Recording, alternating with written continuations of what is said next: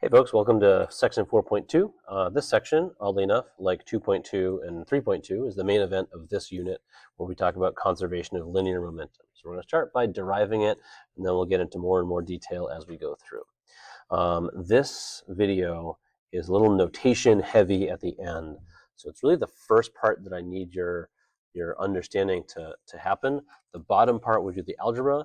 It's like nice to follow along with, but it's not something that you are going to need to like recreate or understand in detail as we go forward. And I'll kind of let you know when that moment has passed. So when we're talking about linear momentum, the guiding principle that we're going to use is, again, Newton's laws. So since impulse is caused by a force, forces are interactions between objects, we can apply Newton's third law to all interactions between objects. In other words, because forces come in pairs, we can analyze interactions through that lens and link it to impulse.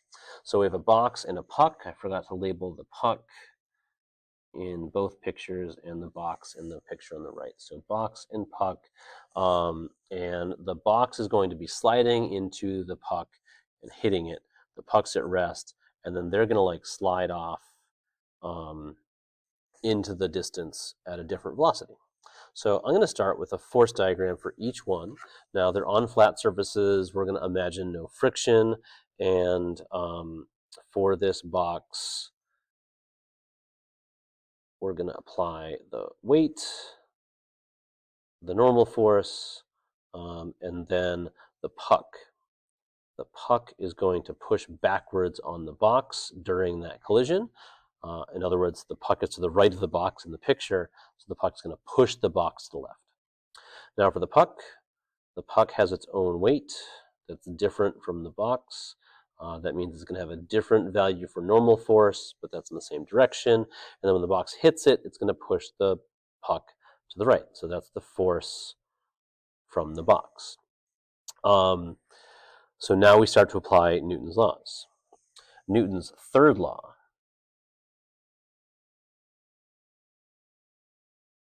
says that these two forces, the interaction between the box and the puck, are force pairs, and that's an equal and opposite force. So the force on the box is equal and opposite to the force on the puck. So we're going to apply that in here. Okay, so now we're going to go and think about Newton's second law. So we already know that like when objects collide, they have to exert equal and opposite forces on each other, and that is separate from other forces acting on them. Newton's second law, if I take a look at these two diagrams, the normal force and the gravity force of each object, those are going to offset one another. They're going to be equal magnitudes. And then we also know that the puck and the box are going to push on each other with equal magnitudes. So according to Newton's second law, the net force on the system has to be zero. All of these forces are going to add up to zero because of what we know about them. So we can now set up a second law equation that's based on that. If I take the force from the box and I add it to the force from the puck, I'm going to get zero. Keeping in mind that one of these forces is positive and the other one's negative, and that's why that happens. But Newton's second law is really all about adding forces. All right. Well, now my understanding is going to be that, well, during that collision, that force is going to act on both objects for the same amount of time. So I'm going to take all terms in this equation and multiply them by some amount of time. And again, all according to Newton's third law, all interactions result in equal and opposite forces, and then it would be impossible for one force to act for longer than the other one. So I can use the same time for each one. So this is where the notation starts in. We're still in really important territory here. The force from the box times time plus the force from the puck times time has to add up to zero. So we have in symbols, we have equal and opposite impulses. And so that's super important, that we've just created an extension of Newton's third law, that because the forces in that interaction are equal and opposite, the impulses delivered to each object has to be the same. All right. Impulse is equal to change in momentum. So I'm actually going to change how I do this, and the impulse is equal to the change in momentum. Now, this is the force from the box, so that actually describes the momentum of the puck. So the change in momentum of the puck plus the change in momentum of the box equals 0. And so this is a really important result.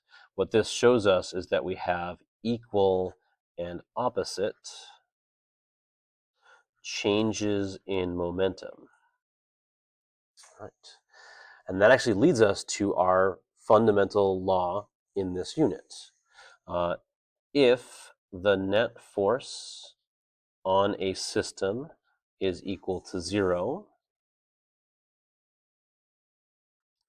then the total linear momentum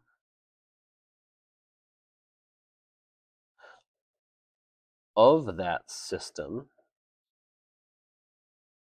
is constant. And so that is the law of conservation of linear momentum. And just like mechanical energy, we're going to work with this in the same way. We have to work with it a little bit differently because it's a vector quantity, but the same idea. If we have identified that the net force on a system is 0, then the linear momentum of that system is a constant value no matter how many objects are in the system and no matter how those objects are interacting. And so this is linear momentum. We will start with this like itty bitty equation, and then we will expand upon it for 2 or sometimes 3 objects. And that's it. So I actually ended up not doing all the crazy algebra. We just did enough to show the relationship, and in future videos you'll see the algebra done out in problems.